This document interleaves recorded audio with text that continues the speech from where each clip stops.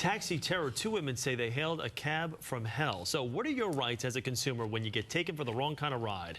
They decided to ask Asa about it. On a holiday known for its revelry, Sarah Durante and Stephanie Russo had a St. Patrick's Day experience that goes beyond wild into something terrifying.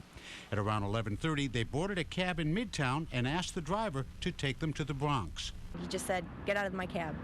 And that's when she said, you know, we know our rights, we know the law, we know that once we're in here, you have to take us. Instead, he continued to order them out of the cab, even as they dialed 311 to report him. With her friend still inside, Russo got out of the cab.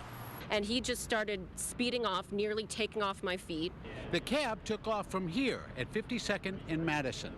He left the scene with something very important in the back seat, Sarah.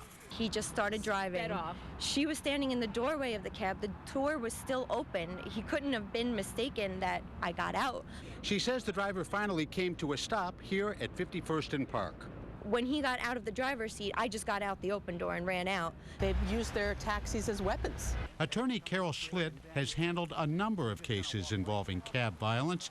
She warns it's serious business. Consumers can be struck and injured by angry drivers. If you get the first sense that this person's going to be irrational, your safety is first. You should get out of the cab. Sarah and Stephanie took pictures with a smartphone that are being used by the Taxi and Limousine Commission to track down the driver.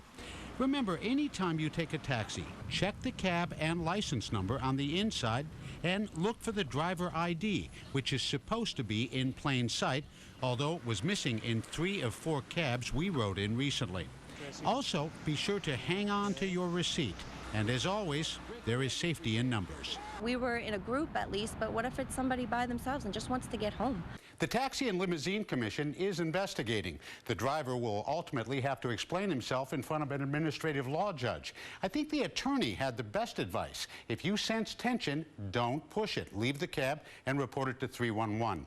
And when you have a consumer experience you want to share, do what Sarah and Stephanie did. Ask Asa at CBS.com. There's no argument. It is a great form of transportation here in the city, but it can be an adventure at times. You really kind of have to be on the lookout. Hopefully that story is the exception rather than the rule. Of course. Okay, let's